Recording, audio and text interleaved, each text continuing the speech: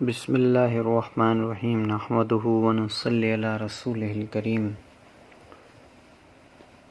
دوستو بزرگوں، ہمارا سیرت کا موضوع چل رہا تھا، تو ہم جنگ بدر کے احوال آپ کے سامنے بیان کر چکا تھا۔ تو اس کے بعد ابو سفیان مکے کا سب سے بڑا سردار بن گیا ابو سفیان۔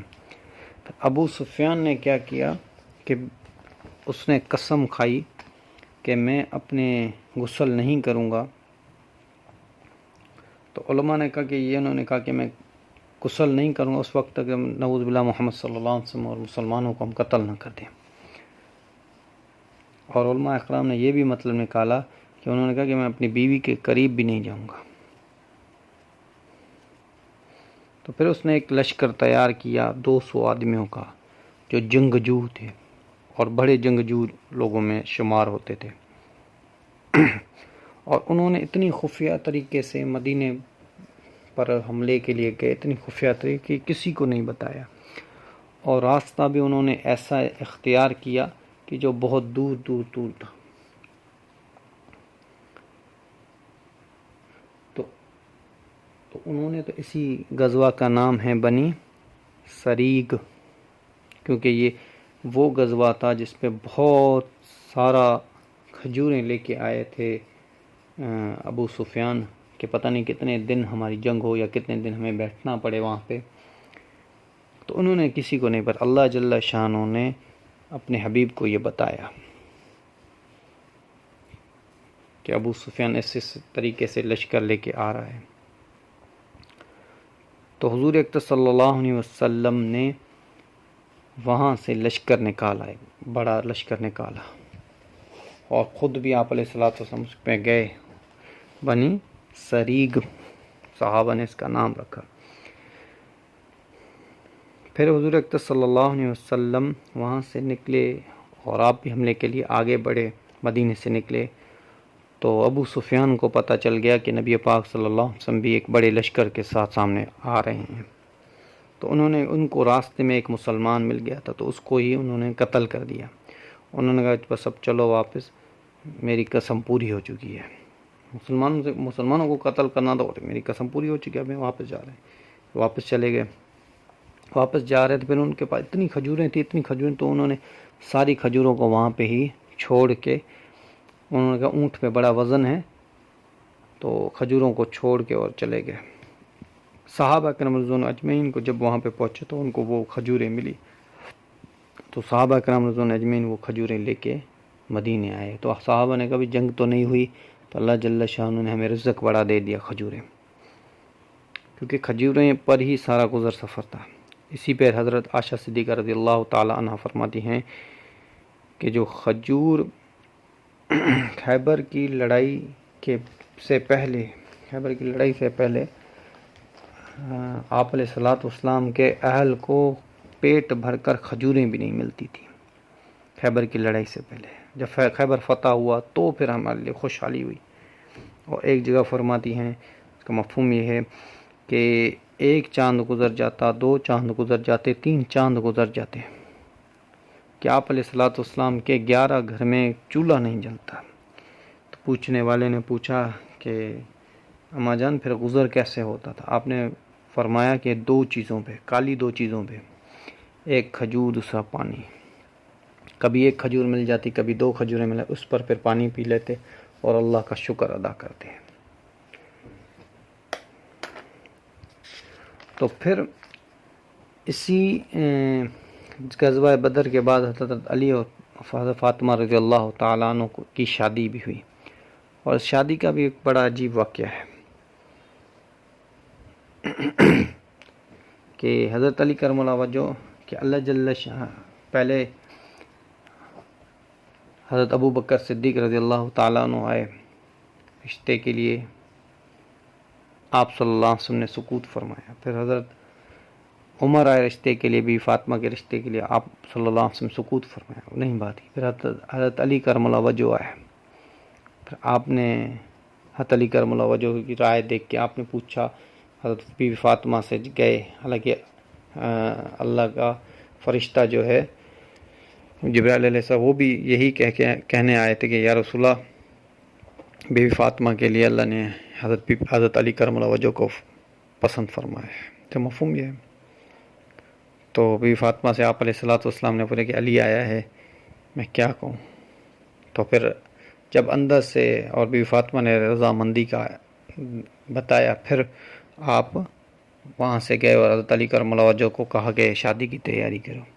اور حضرت علی کرم اللہ وجہ فرماتے ہیں کہ میرے پاس 2 اونٹنیاں تھیں جس کو میں نے پالا تھا اور میں نے اس کو بڑا کیا، تو میں نے کہا کہ اس پہ میں جاؤں گا، لکڑیاں لے کے آؤں گا، وہ پھر لکڑیوں کو بیچوں گا، جنگل سے لکڑیاں لے کے آؤں گا، لکڑیاں بیچوں تو میرے پاس بہت مال ہو جائے گا، تو میں مدینے میں سب سے بڑی شادی اور اس کی دعوت کروں گا۔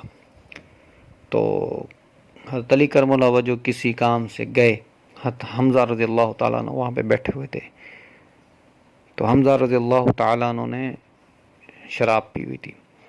تب شراب تو حرام نہیں ہوئی تھی، تو اس سے پہلے کی بات ہے، ابھی احکامات تو اتنے نازل نہیں ہوئے تھے، تو حضرت حمزہ رضی اللہ تعالیٰ عنہ شراب پی کے نشے میں تھے۔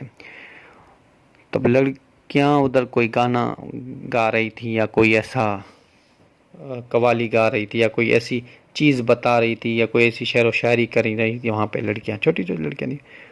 انہوں نے کہا کہ کریم جو لوگ ہوتے ہیں، اس کا مفہوم یہ ہے کہ کریم جو لوگ ہوتے ہیں وہ تو اونٹنیوں کے فلاں گوشت کے ہمیں کباب کھلاتے ہیں، پکا کے کھلاتے ہیں، کریم جو لوگ ہوتے ہیں۔ تو حضرت حمزہ رضی اللہ تعالیٰ نے اٹھے اور تلوار سے دونوں اونٹنیوں کو ذبح کر دیا۔ حضرت علی کرم اللہ وجہ واپس آئے تو دیکھے کہ اونٹ کٹ رہے ہیں اور حضرت حمزہ بیٹھے ہوئے ہیں اور وہ کباب بن رہے ہیں، فلاں بن رہے ہیں، فلاں یہ بن رہے ہوئے، ان کو پکایا جا رہا ہے۔ تو حضرت عثمان نے، حضرت علی نے دیکھ کے کچھ نہ کہا اور حضرت علی کرم اللہ وجہ واپس آ گئے اور نبی پاک صلی اللہ علیہ وسلم کہ آپ کے چاچا نے دیکھو کیا کیا ہے۔ تو نبی پاک صلی اللہ علیہ وسلم آئے، دیکھا حضرت حمزہ بیٹھے ہوئے ہیں اور اونٹ کا کاٹا جا رہا ہے اور ان کو پکایا جا رہا ہے۔ تو حمزہ کو نبی پاک صلی اللہ علیہ وسلم نے کہا، اے حمزہ تم نے یہ کیا کیا؟ حضرت حمزہ نے ایسا جواب دیا کہ آپ علیہ الصلوۃ والسلام کو یہ ایسا لگا کہ یہ اے علی، یہ تو اتنے نشے میں ہے کہ یہ اللہ کے رسول کو نہیں پہچانتا، تو اونٹنیوں کو کیسے پہچانے گا؟ تمہیں میں اس کا بدلہ دوں گا، میں اپنی طرف سے تمہیں اس کا بدلہ دوں گا جو اونٹنیاں ذبح ہوئی ہیں۔ پھر حضرت علی کرم اللہ وجہ فرمانے کہ میں مسجد میں گیا اور پھر رونے لگا ایک کونے میں، تو حضرت عثمان رضی اللہ تعالیٰ عنہ کا وہاں سے گزر ہوا۔ انہوں نے کہا اے علی کیوں رو رہے ہو؟ اس نے، میں نے پورا اس کو واقعہ کر کے بتایا۔ حضرت عثمان نے کہا اے علی، دولت میری ہوگی، نکاح تمہارا ہوگا، شادی تمہاری، دولت میری ہوگی، تو بے فکر ہو جاؤ۔ اور اسی اثناء میں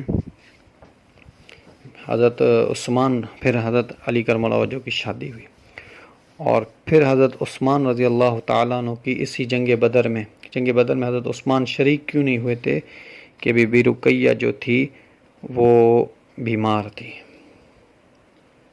بی بی رقیہ تھی وہ بیمار تھی۔ حضرت نبی پاک صلی اللہ علیہ وسلم نے کہا اے عثمان تو بی بی رقیہ کی خدمت کے لیے وہاں پہ رک جا۔ کتابوں میں اتنا آتا ہے کہ آپ علیہ الصلوۃ والسلام بدر سے واپس مدینہ بھی نہیں پہنچے تھے تو بی بی رقیہ کا انتقال ہو چکا تھا، وفات ہو چکی تھی ان کی۔ تو پھر ایک قصہ آتا ہے کہ پھر کافی دنوں کے بعد حضرت عمر رضی اللہ تعالیٰ عنہ آئے حضور اکرم صلی اللہ علیہ وسلم کے پاس، کہنے لگے یا رسول اللہ، حضرت عثمان نے میرے ساتھ اچھا نہیں کیا، میری بے عزتی کی ہے۔ آپ نے فرمایا کیا ہوا؟ حضرت عمر رضی اللہ تعالیٰ عنہ نے فرمایا کہ یا رسول اللہ، میں نے حضرت عثمان کے حال کو دیکھ کے میں نے کہا کہ میری بیٹی بی بی حفصہ جو ہے وہ گھر میں بیٹھی ہوئی ہے، تو آپ اگر چاہو ان سے نکاح کر دو۔ تو انہوں نے کچھ بھی نہ کہا، نہ ہی کچھ بولا، نہیں ہاں بولی، نہیں نہ بولی، انہوں نے میری بے عزتی کی ہے، مجھے کچھ نہ کہا، کیونکہ دین میں جو ہے شرم نہیں ہے۔ حضرت عمر رضی اللہ خود اپنی بیٹی کے بارے میں نکاح کے بارے میں کہہ رہے ہیں۔ تو نبی پاک صلی اللہ علیہ وسلم نے فرمایا اے عمر غم نہ کر، اللہ جل شانہ تمہاری بیٹی حفصہ کو حضرت عثمان سے بھی اچھا شوہر دے گا، اور حضرت عثمان کو تمہاری بیٹی سے بھی اچھی جو عورت ہوگی تمہاری حضرت عثمان کو دے گی. حضرت عمر نے کہا یہ میں بات سمجھا نہیں کہ اللہ کے رسول نے ایسا کیوں کہا. اور پھر جب آپ علیہ الصلوۃ والسلام نے بیوی حفصہ کے لیے اپنا نکاح کا پیغام بھیجا، پھر حضرت عمر نے کہا مجھے یہ بات سمجھ میں آئی. اسی اثنا میں ایک قبیلہ ہے جس کا نام ہے بنی غطفان. بہت بڑا قبیلہ ہے. اور پھر وہ تیاری کر کے وہ آپ علیہ الصلوۃ والسلام کے حملے کے لیے آئے، اور اسی غزوہ کا نام ہے غزوہ بنی غطفان. تو انشاءاللہ زندگی رہے گی تو بات چلتی رہے گی. اب یہ ہم اپنے علم کے حساب سے جو چھوٹی موٹی باتیں ہیں اللہ کے رسول کی سیرت کی وہ بیان کریں گے. اللہ سے دعا ہے کہ اللہ پاک ہمیں اور آپ کو آپ علیہ الصلوۃ والسلام کی سنت مبارکہ اور زندگی مبارکہ کو اپنانے کی توفیق دیں. آمین. وما علینا الا البلاغ.